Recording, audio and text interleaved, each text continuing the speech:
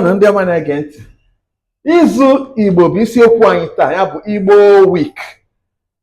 Ndị Igbo nwere ahịa anọ, 4 market days, and these 4 market days are what we use in counting for our week.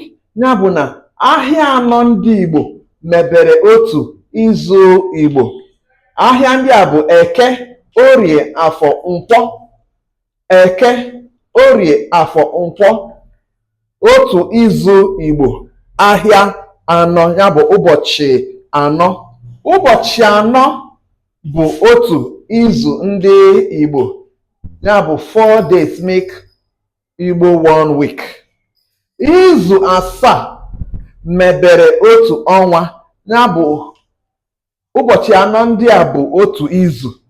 Izu asaa, 7 weeks make 1 month in Igbo land.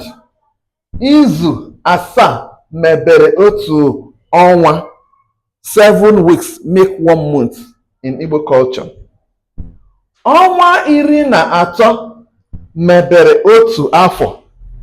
Ọnwa 13 mebere otu afọ, ya bụ 13 months make 1 year.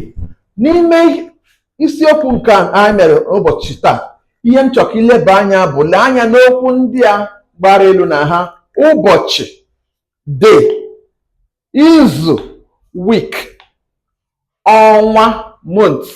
Anyị na-akpọkwa moon ọnwa, ọnwa month, afọ year, afọ year.